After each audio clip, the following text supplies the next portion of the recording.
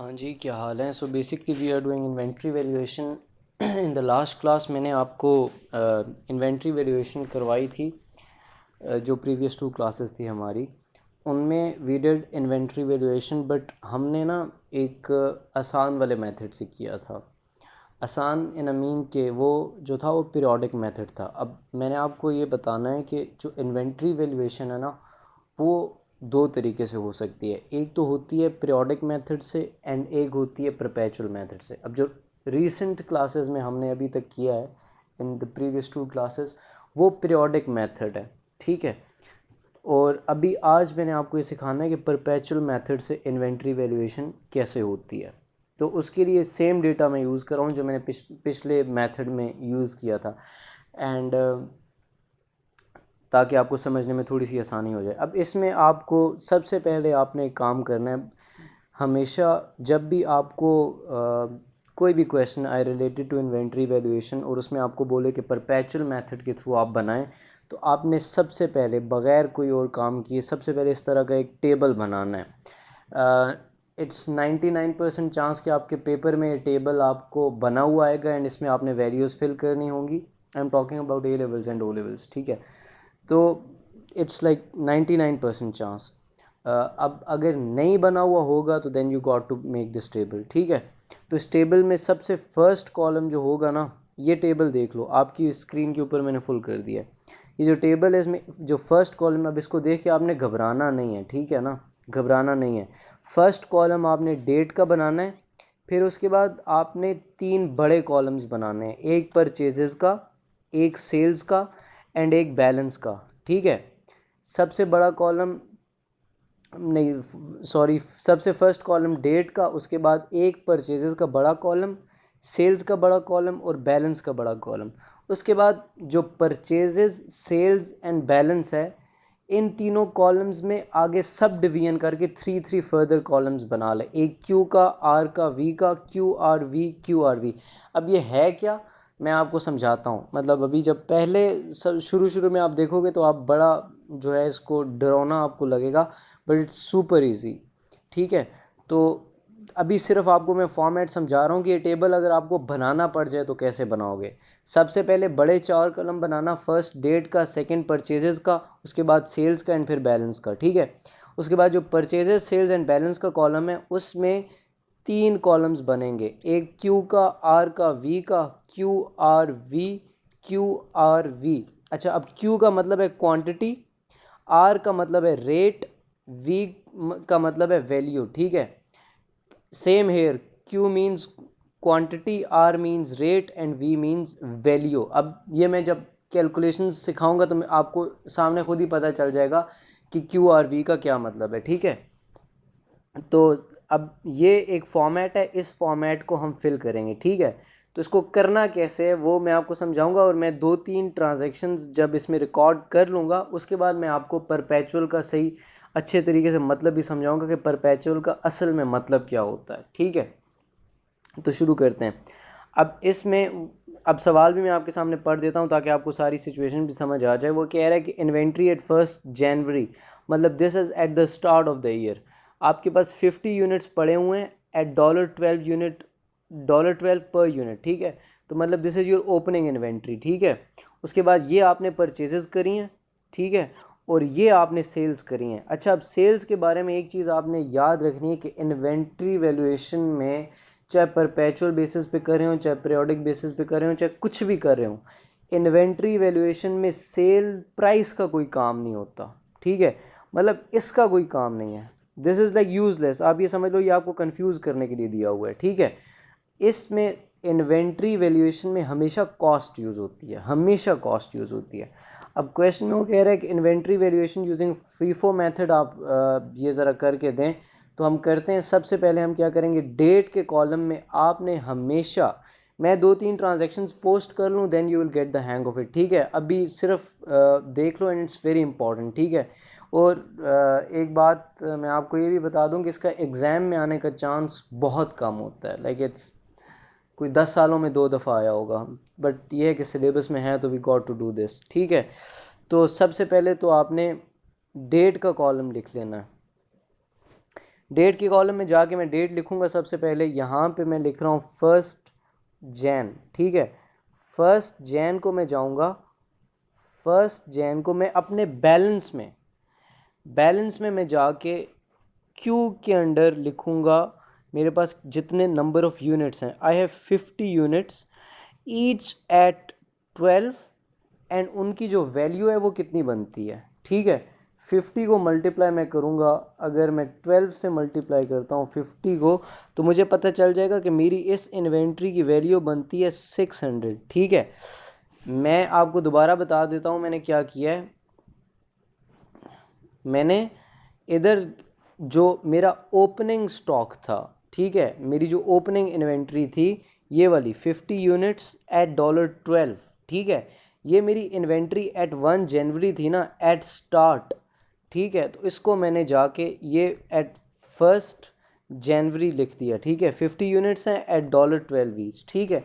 अब इसके बाद मैंने आगे देखना है कि मैंने परचेज़ किया या सेल किया है, ठीक है। तो अब इधर डेट्स बहुत क्रिटिकल हैं, ठीक है। 15, 10, 25, 14, 18, 7, 27 एंड 10।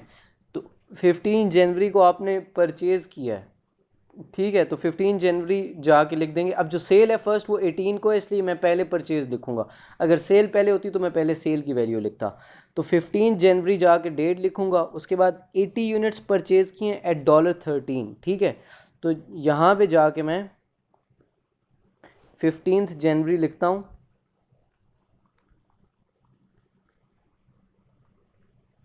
सॉरी इधर गया, यहाँ पे मैं, ओहो, यहाँ पे मैं 15 जनवरी लिखूँगा। अच्छा, अब मैंने बिकॉज़ 15 जनवरी को परचेजेस करी हैं, तो वो परचेजेस मैंने मुझे नंबर फिर भूल गया, that is basically 80 units at $13, ठीक है। तो क्यू में जाके मैं 80 लिखूँगा, आर में जाके 13 because per unit rate is 13। अब वैल्यू में क्या लिखूँगा, 80 को मल्टीप्लाई करना है आपने 13 से, तो विल गेट टू नो कि आपकी जो इनकी वैल्यू बनती है वो 1040 बनती है, ठीक है। तो इस कॉलम में आप 1040 लिखोगे, ठीक है। अब आपने यही चीज़ आगे जाके बैलेंस में भी लिखनी है। अब बैलेंस में किस तरीके से लिखनी है, that matters a lot. Balance में जाके आपने यहाँ पे लिखना है सबसे पहले तो ऊपर वाला जो डेटा है ना 50, 12 और 600, इसको एग्जैक्ट कॉपी कर लो, ठीक है। 50, 12, 600, ठीक है। और उसके बाद ये डेटा आप आगे कॉपी कर लो 80, 13 और 1040, 80, 13 और 1040, ठीक है।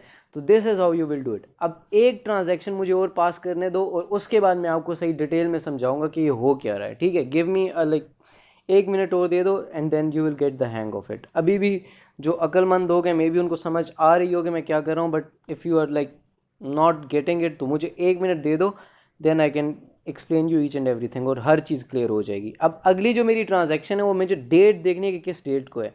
15 जनवरी के बाद मैंने सेल करी 18 जनवरी को, मेरी जो अगली परचेज़ है वो 10 फेब को है, ठीक है। एंड 10 फेब 18 जनवरी के बाद आता है, तो मुझे वो ट्रांजैक्शन मुझे डेट वाइज चलना है, ठीक है। तो 18 जनवरी को जो ट्रांजैक्शन है वो मेरी सेल की है। अब सेल्स जो है मैंने 40 यूनिट्स करी हैं, ठीक है। नो मैटर किस प्राइस पे करें हैं, सबसे पहली बात, नो मैटर आपने किस प्राइस पे करें 25 यूनिट्स, आपने यहाँ पे देखना है कि आप मेथड कौन सा फॉलो कर रहे हो। परपेचुअल मेथड फॉलो कर रहे हो, इसका तो ये टेबल बनाना है। You are using FIFO method, मतलब मैंने आपको लास्ट टाइम भी बताया था फाइफो मेथड क्या होता है। फाइफो मेथड में आप ये होता है जो आपने पहले ख़रीदा है उसको पहले बेचोगे। तो 18 जनवरी को जो आप 40 यूनिट सेल कर रहे हो, 18 जनवरी को जो आप 40 यूनिट सेल कर रहे हो वो आप कौन से 40 यूनिट सेल करोगे, जो आपके पास सबसे पहले स्टॉक में आए हैं, ठीक है। तो आपके पास सबसे सबसे अर्लीस्ट स्टॉक जो है ना वो ये 50 यूनिट्स हैं जो आपके पास साल के शुरू में पड़ा हुआ था, ठीक है। तो ये जो आप सेल करोगे 40 यूनिट्स, ठीक है। क्यों, तो मैं यहाँ पे 40, सबसे पहले तो मैं डेट लिखता हूँ यहाँ पे 18, ठीक है। यहाँ पे मैं लिखा 18 जनवरी, अब मैंने सेल करी है, ठीक है, 18 जनवरी को सेल करी है। सॉरी यार, एक मिनट, ये मैंने गलत कर दिया, मुझे ना नीचे लिखना था एक कॉलम। मुझे 18 जनवरी को सेल करी है मैंने, 18th जैन। अच्छा, अब मैंने जाके सेल्स में कितने यूनिट सेल किए हैं? I have sold 40। अब because I am using first in first out method, तो मैं यहाँ पे जो रेट लूँगा ना, रेट, एक बात क्लियर कट याद रख लें, चाहे सेल हो चाहे परचेज हो, आपने कॉस्ट पे इसको वैल्यू करना है, आपने सेल प्राइस को बिल्कुल देखना ही नहीं है। तो ये जो 40 यूनिट्स आपने, because you are using FIFO method, तो ये 40 यूनिट्स जो आपने सबसे पहले ख़रीदे थे वो वाले 40 यूनिट्स पहले सेल किए हैं, तो ये वाले 40 यूनिट्स हैं, ठीक है। तो इनका जो रेट लूँगा वो मैं 12 लूँगा, because these are the first 40 units जो आपने सेल किए हैं। तो इनकी वैल्यू बनती है, 40 को मल्टीप्लाई करना है आपने 12 से, तो 40 को अगर आप 12 से मल्टीप्लाई करें तो 480 बनता है, ठीक है। तो इनकी वैल्यू आपके पास आ गई 480। अब यहाँ पे बैलेंस में मैं क्या लिखूँगा? बैलेंस में आप जाके लिखेंगे 50 यूनिट्स ऑफ 1200 में से 40 यूनिट्स, 50 यूनिट्स ऑफ 12, 50 यूनिट्स जो थे आपके पास 12 वाले, उनमें से आपने 40 यूनिट्स बेच दिए हैं, तो आपके पास पीछे 10 यूनिट रह गए हैं 12 वाले, और उसके अलावा आपके पास जो अगले आपने 80 यूनिट्स ख़रीदे थे, ठीक है, जो आपने 80 यूनिट्स ख़रीदे थे 13 के, वो आपके पास एज इट इज़ पड़े हुए हैं। तो this is basically, this is 120 and this is 80 into 13 is 1040, ठीक है। तो दिस इज़, अब मैं आपको थोड़ा सा समझाता हूँ एंड उसके बाद मैं आपके साथ ये सवाल पूरा भी सॉल्व करूँगा, बट मैं आपको पहले ये समझाना चाहता हूँ कि परपेचुअल का मतलब क्या है। परपेचुअल का मतलब ये है कि आप जब भी कोई ट्रांजैक्शन करोगे, जब भी कोई ट्रांजैक्शन करोगे, हर ट्रांजैक्शन के बाद, हर परचेज के बाद, हर सेल के बाद आपने उसका बैलेंस फाइंड आउट करना है, ठीक है। हर ट्रांजैक्शन के बाद आपने अपना क्लोजिंग बैलेंस फाइंड आउट करना है, ठीक है। तो उसके लिए मैंने जब स्टार्ट किया था, मेरे पास जो बैलेंस था 50 यूनिट्स ऑफ $12 ईच, ठीक है। तो ये मैंने अपना बैलेंस 1 जनवरी को मैंने ना परचेजेस के कॉलम में लिखा है ना सेल्स के कॉलम में लिखा है, मैंने सीधा जाके बैलेंस के कॉलम में लिख दिया है, ठीक है। 50 यूनिट्स $12 वाले, ये कॉस्ट है, सेल प्राइस नहीं है, कॉस्ट है, 600 के मैंने इनकी वैल्यू आ गई, ठीक है। उसके बाद अगली जो वैल्यू है मेरी, अगली जो ट्रांजैक्शन है वो मैंने परचेजेस की करी है। 15 जनवरी को मेरी नेक्स्ट ट्रांजैक्शन है, डेट लिखी, उसके बाद मैंने बिकॉज परचेजेस करी, तो परचेजेस के कॉलम में जाके क्वांटिटी लिखी, उसके बाद उसका पर यूनिट रेट लिखा आर, एंड देन उनकी वैल्यू लिखी, ठीक है। तो ये वो चीज़ है जो आपने ट्रांजैक्शन पोस्ट कर दी, ठीक है।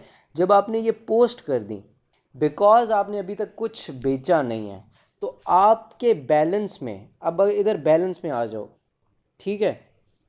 आप ये समझो, यहाँ पे मैं ना एक लाइन, अगर यहाँ पे इमेजिनरी लाइन अपने दिमाग में लगा लो एंड इस ट्रांजैक्शन को देखो। अब इस ट्रांजैक्शन के पॉइंट ऑफ व्यू से यहाँ पे आपके पास 50 यूनिट्स वो पड़े हुए हैं जो आपने $12 के ख़रीदे थे, ओपनिंग स्टॉक, बिकॉज आपने बेचा कुछ भी नहीं, ठीक है, उनको अलग रिकॉर्ड किया है। एंड 80 यूनिट्स वो पड़े हुए हैं जो आपने ये वाले ख़रीदे हैं, ठीक है, तो इनको अलग रिकॉर्ड किए। तो आपका जो टोटल बैलेंस बनता है, टोटल बैलेंस, वो एक तो 600 ये बनता है एंड 1040 ये बनता है, ठीक है। तो ये आपका बैलेंस बनता है। अब इधर मैंने लाइन ड्रॉ की, इधर इस तरह से, मतलब मैंने अभी, चलो मैं, अगर आप लोगों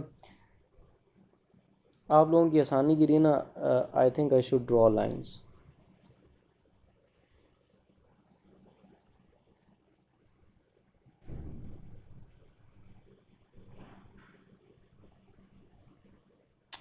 यहाँ पे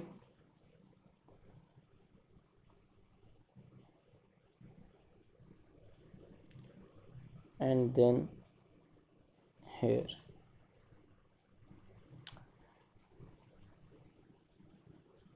सॉरी एक मिनट यार, just to make things clear to you, ठीक है। तो this is how you will do. अब उसके बाद मैंने 18 जनवरी को एक सेल करी, ठीक है। 18 जनवरी को जो मैंने सेल करी वो मैंने 40 यूनिट सेल किए। अब ये 40 यूनिट्स कौन से सेल किए ये मैंने मेथड को देख के बताना है, ठीक है, because I am using first in first out method. तो मैंने ये सबसे पहले वाले बेचे होंगे। अब जो रेट लेना है वो सबसे पहले वालों के अकॉर्डिंग लेने हैं और कॉस्ट लेनी है, चाहे सेल है चाहे परचेज है, कॉस्ट लेनी है, ठीक है। तो ये मैंने बेच दिया। अब जब मैंने बैलेंस देखा तो मेरे पास 10 यूनिट रह गए 12 के, और 80 यूनिट 13 वाले एज इट इज़ पड़े हुए हैं, ठीक है। बिकॉज मेरे पास शुरू में कितने थे, 50 यूनिट 12 वाले थे, उनमें से मैंने 40 बेच दिए 12 वाले। मैंने ये वाले क्यों बेचे हैं, ये क्यों नहीं बेचे, because I am using first in first out method. जो सबसे पहले आया वो सबसे पहले बिका, ठीक है। तो इसलिए आई एम डूइंग दिस। अब अगली ट्रांजैक्शन देखते हैं कि अगली ट्रांजैक्शन क्या है। अगली ट्रांजैक्शन है 10 फेब की, बट 10 फेब से पहले आपके पास ये 7 फेब की एक सेल है। Do you see, can you see here, आपके पास ये 7 फेब की एक और सेल है। तो आप डेट के कॉलम में जाके यहाँ पे 7 फेब लिखोगे, यहाँ पे आके मैंने यहाँ पे 7 फेब लिखना है, ठीक है। सॉरी डेट जो है ना वो मैं सही उस तरीके से नहीं लिख पा रहा, ठीक है। 7 फेब में लिख रहा हूँ। उसके बाद मैंने अपने सेल्स के कॉलम में आना है। फर्स्ट कॉलम परचेजेस का है, सेकंड सेल्स का है, ठीक है। तो मैंने कितने यूनिट्स बेचे हैं, सबसे पहले तो ये देखना है यूनिट्स कितने बेचे हैं। यूनिट्स मैंने बेचे हैं 60, ठीक है। अब 60 यूनिट्स मैंने बेचे हैं। तो यूनिट्स में भी मैंने अब पार्टीशन करनी पड़ेगी, थोड़ा सा कॉम्प्लिकेटेड है बट आपको करना पड़ेगा। अब ये जो आप ना, काश मेरे पास सारे के सारे 60 units, because I am using first in first out method, तो मेरे पास सारे के सारे 60 यूनिट्स यहीं पे पड़े होते ना, तो मैं उठा के यहीं पे वो लिख देता। बट बिकॉज मेरे पास एक बैलेंस 10 का है और एक बैलेंस 80 का है, और मुझे बेचना सबसे पहले ये है और उसके बाद मैंने इसको हाथ लगाना है, ठीक है। सबसे पहले वाला जो उसको सबसे पहले बेचना है। तो मैं यहाँ पे जाऊँगा अपने सेल्स के कॉलम में, क्वांटिटी सबसे पहले 10 लिखूँगा एट 12 इनटू इसकी जो वैल्यू बनती है वो 120 बनती है, ठीक है। और उसके बाद जो नेक्स्ट 50 हैं, बिकॉज टोटल मैंने 60 बेचे हैं, 50 मैंने बेचे हैं एट 13। अब 50 को मैं 13 से मल्टीप्लाई करूं अगर,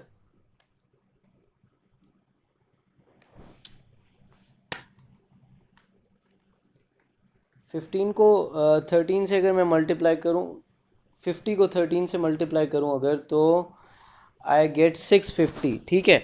तो इनकी वैल्यू 650 बनती है। अब मुझे बैलेंस लिखना है, ठीक है।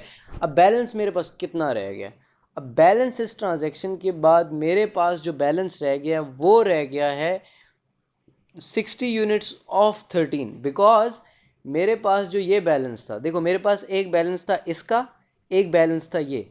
अब ये वाला मैंने बेच दिया, इस 80 में से भी 50 मैंने बेच दिया, बिकॉज टोटल मैंने 60 बेचे हैं, 60 में से 10 ये बेचे हैं और 50 ये बेचे हैं। तो अब मेरे पास जो बैलेंस बच गया है, मेरा जो बैलेंस है that is basically 60 unit 30 units, ठीक है। 80 में से 50 बेच दिए तो 30 यूनिट्स मेरे पास रह गए 13 के। तो इनकी जो वैल्यू बनती है, 30 को 13 से मल्टीप्लाई करूँ अगर, तो 390 बनती है, ठीक है। अब 390 मेरे पास बैलेंस रह गया, ठीक है। अब इधर मैं जो हूँ वो एक लाइन ड्रॉ कर देता हूँ ताकि आपको आप क्लेरिफाई कर सको, आपको समझ आ सके कि क्या हो रहा है, ठीक है। अब नेक्स्ट ट्रांजैक्शन मैंने देखनी है अपनी कि नेक्स्ट ट्रांजैक्शन मेरी है कौन सी। नेक्स्ट ट्रांजैक्शन है मेरी 10 फेब की, मेरी परचेजेज हैं, ठीक है। ये देख रहे हो 10 फेब को मेरी परचेजेज हैं, तो वो 100 यूनिट्स हैं एट $15। तो मैं 10 फेब पे जाके मैं यहाँ पे आऊँगा, मैं यहाँ पे 10 फेब लिखूँगा, ठीक है। और यहाँ पे मेरी परचेजेज हैं कितनी, 100 पर, क्वांटिटी 100 है और पर यूनिट रेट 15 है, तो इनकी वैल्यू 1500 हो गई। अब जब मैं बैलेंस में जाके लिखूँगा तो बैलेंस में सबसे पहले मेरे पास 30 यूनिट ऊपर वाले मैंने कॉपी करने हैं, 30 13 390, ये मैं कॉपी करूँगा। उसके बाद ये मेरे 100 वाले आ गए, 100 15 1500, ठीक है। तो this is how you will do it. अब ये मेरे पास बैलेंस बच गया, यहाँ पे मैंने फिर लाइन ड्रॉ की। अच्छा, उसके बाद फिर मैं नेक्स्ट देखता हूँ मेरी नेक्स्ट कौन सी ट्रांजैक्शन है। दिस इज़ मतलब यार बहुत आसान है, मुझे आई होप आपको समझ आ रहा है। मैं एक दफ़ा दोबारा भी सारा रिकैप कर दूँगा, ठीक है। 10th फेब है, उसके बाद 25th मार्च को आपकी फर्दर परचेज हैं 70 यूनिट्स एट $18। तो आगे भी परचेजेज हैं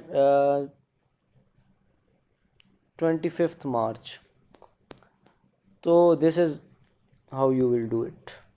यहाँ पे मैं जाके 25th मार्च लिखता हूँ। 25th मार्च को मैंने परचेजेस करी हैं 70 यूनिट्स ऑफ $18, ठीक है। तो इधर जाके उफ अल्लाह 70 यूनिट्स ऑफ $18, तो 70 को 18 से मल्टीप्लाई करूँगा मैं, तो मुझे पता चल जाएगा इनकी वैल्यू क्या है। इनकी जो वैल्यू बनती है वो 1260 बनती है, ठीक है, 1260। अब इधर जो बैलेंस आएगा 25th मार्च को, अब आपके पास 30 यूनिट हैं 13 वाले, 100 यूनिट हैं 15 वाले और 70 यूनिट हैं 18 वाले। ये अब आपको चीज़ आई होप समझ भी आ गई होगी एंड आपको समझ आ भी रहा होगा कि क्या कर रहे हैं हम, ठीक है। 390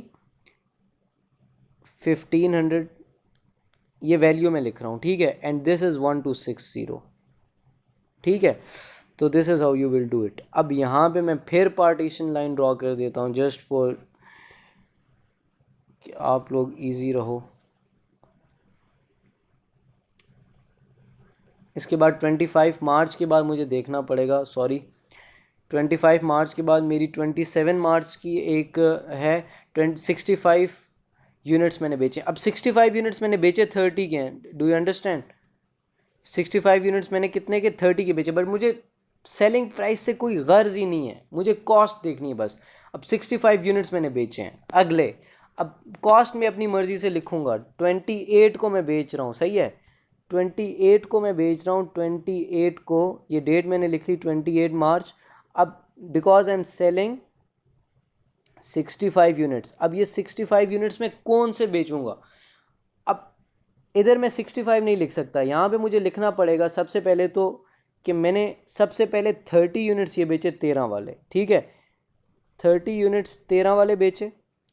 उसके बाद बिकॉज इन टोटल 65 बेचे हैं, तो नेक्स्ट जो है ना अगले 35 यूनिट्स वो मैंने इस 100 वाले में से बेचे हैं, ठीक है, इस 100 वाले में से। तो दीज आर लाइक 15, ठीक है, 15 इनका रेट है। तो 30 13 का आ गया 390 एंड इसका जो आंसर है 35 इंटू 15 का अगर करो आप, 35 इंटू 15 करते हैं तो 525 बनता है, ठीक है। तो दिस इज़ जिस तरह आपने बेचा है इसको, आपने बस ये चीज़ ज़रूर याद रखनी है कि first in first out method है। तो अब यहाँ पे आपने जो बैलेंस लिखना है that is very important.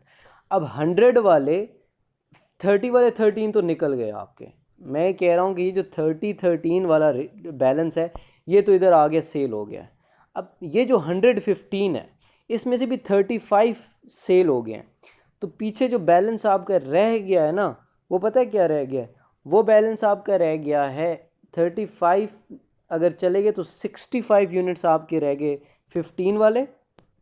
What I mean to से इज आपके 65 यूनिट्स रह गए, यहाँ पे जो बैलेंस लिख रहे हैं आप 65 यूनिट्स रह गए 15 वाले, एंड जो नेक्स्ट 70 यूनिट्स हैं वो आपके 18 वाले एज इट इज़ हैं। इनकी जो वैल्यू 1260 है और वो आप कैलकुलेटर पे मल्टीप्लाई करो, अगर 65 इंटू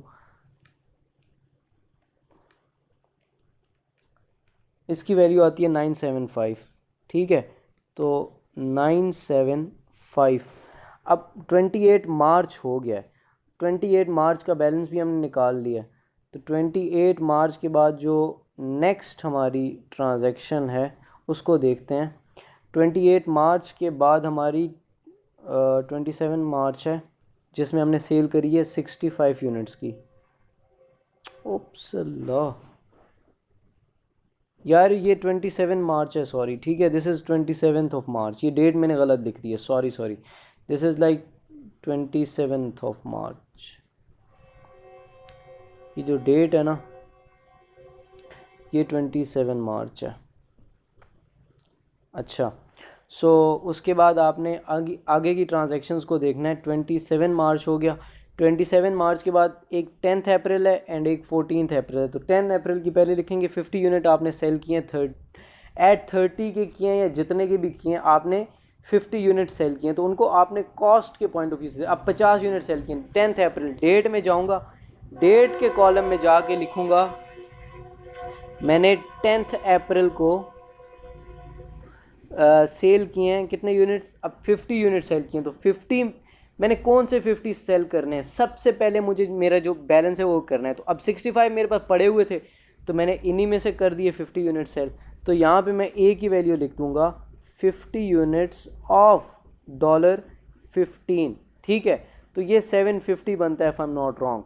ठीक है, अब जब आपने ये 50 सेल कर दिए तो आपके पास जो बैलेंस बचा है ना, वो बैलेंस बचा है 15 यूनिट्स 15 वाले, बिकॉज 65 में से 50 बेच दिए। ठीक है, 15 यूनिट्स 15 वाले और अगले वाले 70 यूनिट्स एज इट इज़ पड़े हुए हैं। ठीक है, 15 यूनिट्स 15 वाले, 15 को आप मल्टीप्लाई करोगे 15 के साथ, तो दिस विल गिव यू 225। ठीक है, तो this will give you 225 and 70 into 18 जो है वो 1260 ही है। ठीक है, अब इसके बाद जो लास्ट है आपका, वो लास्ट भी देखते हैं कि लास्ट क्या ट्रांजैक्शन है। सॉरी एक मिनट, मैं हाइलाइटर यूज़ कर रहा था, बाकी सब में भी तो हाइलाइटर ही यूज़ करते हैं। जस्ट ये एक दफ़ा सवाल भी फिनिश हो जाए तो then I can explain you कि यार एंटायरली प्रोसेस क्या है, एंड फिर आपको मैंने एक दो चीज़ें और भी बतानी है एंड देन उसके बाद ख़त्म हो जाएगा सारा कुछ। अच्छा, अब बेसिकली सीन ये है कि अब आगे जो है वो आपकी जो ट्रांजैक्शन है वो 14th अप्रैल की है लास्ट, और 50 यूनिट्स आपने परचेज़ किए हैं। ठीक है, अब यहाँ पे अगर आएंगे तो that is basically 14th April, date लिखें आप 14th अप्रैल। 14th अप्रैल को आप परचेजेस करें 50 यूनिट्स की, और 50 यूनिट्स की जो परचेज प्राइस है वो 20 है। ये देख रहे हो 50 यूनिट्स एट 20, बिकॉज कॉस्ट आपने देखनी है। 50 एट 20, 50 को आप मल्टीप्लाई करोगे 20 के साथ तो ये बन जाता है 1000। अब 1000 आपके पास ये भी पड़ा है, तो अब आपके पास सबसे पहले 15 इंटू 15 वाले हैं, उसके बाद 70 और 18 है आपके पास। ठीक है, और उसके बाद ये 50 और 20 का बैलेंस भी आ जाएगा। आई एम सॉरी, मैं इसको थोड़ा सा ऊपर ड्रैग कर देता हूँ इफ़ आई कैन, ताकि मैं बस यहाँ पे लिख सकूँ।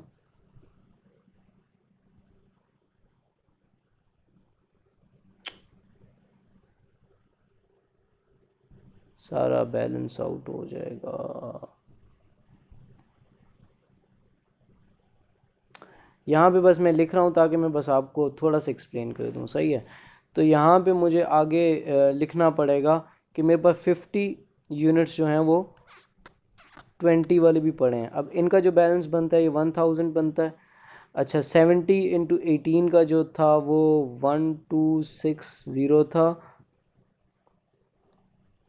एंड 15 इंटू 15 का 275 था। ठीक है, तो this is how you will do it. अब अगर इन सब को आप ऐड करो 1260 प्लस करो इसमें 1000 एंड इसमें प्लस करो 275, तो यू विल गेट 2535। ठीक है, तो मतलब टोटल इन्वेंट्री की जो वैल्यू, अब इन तीनों सम्स को ऐड कर लोगे तो आपके पास क्लोजिंग इन्वेंट्री की वैल्यू आ जाएगी। ठीक है, तो this is how you are gonna do this. अब ये मैं आपको थोड़ा सा एक्सप्लेन भी कर देता हूँ कि ये क्या चक्कर है क्या नहीं है, so that you can get the hang of it.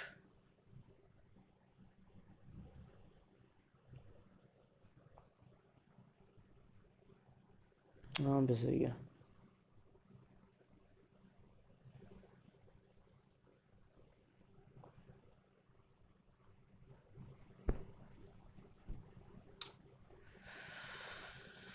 या so this is how you will do it, सही है। सॉरी यार, आई होप आपको समझ आया। एक काम करता हूँ, मैं इसको उधर ही लेके जाता हूँ।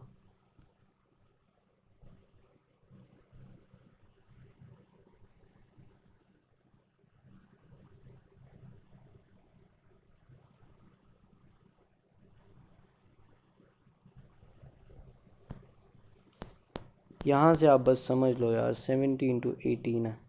अच्छा, सो हुआ ये है कि हमने ये एक बैलेंस बनाया है related to this using FIFO method, ठीक है। अब first in first out method का परपेचुअल बेसिस पे इस तरह से बनेगा, ठीक है।